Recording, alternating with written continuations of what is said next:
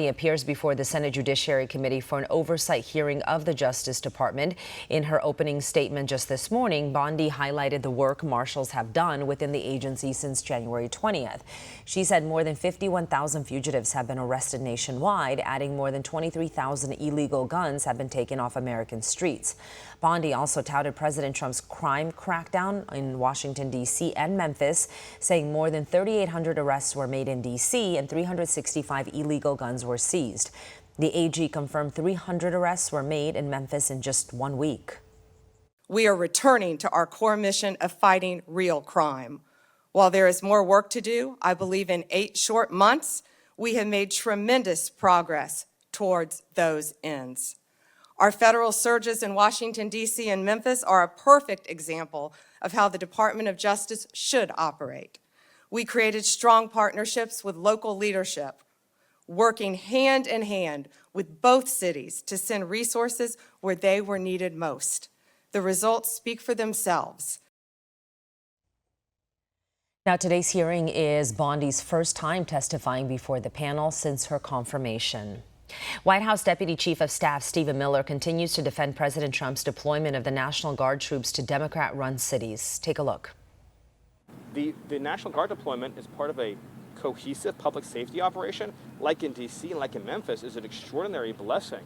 White House Deputy Chief of Staff Stephen Miller comments on the future of President Trump's deployment of National Guardsmen to Democrat-run cities.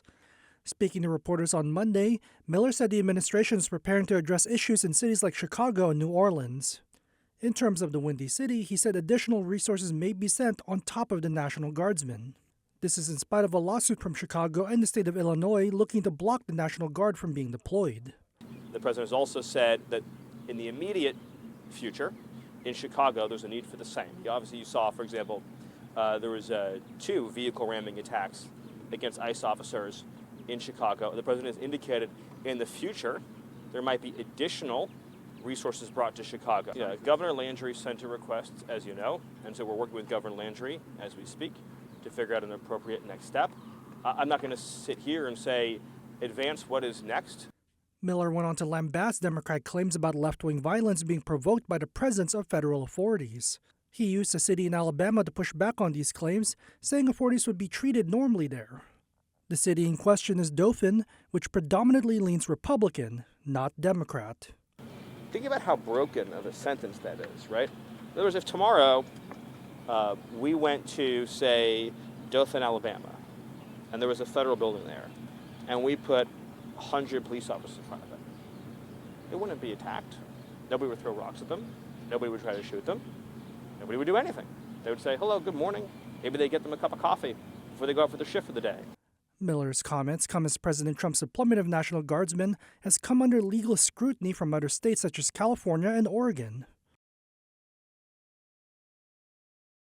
Well, a new Harvard poll shows a majority of Americans support nearly every one of President Trump's policies. White House Press Secretary Caroline Leavitt highlighted the new data from Harvard today, showing 78% of respondents support deporting illegal aliens with a criminal history. She said the media doesn't want to acknowledge the university's findings.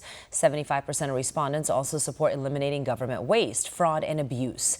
They surveyed over a dozen policies, from strikes on Iran to declare 2 genders, all of which showed a majority of respondents supporting. Still to come on One America News, we have more right after the break. Stay right there. For all our viewers asking where One America News is heading in the future, we would like to introduce you to OAN Live. OAN Live is the best way to stay up to date on all of the hard-hitting, straight-shooting, national and international headlines. And the best part is, OAN Live is only $4.99 per month. All the credible, honest, unbiased reporting One America News offers at a fraction of the cost of cable. Just go to OANN.com to easily sign up for OAN Live and stay informed.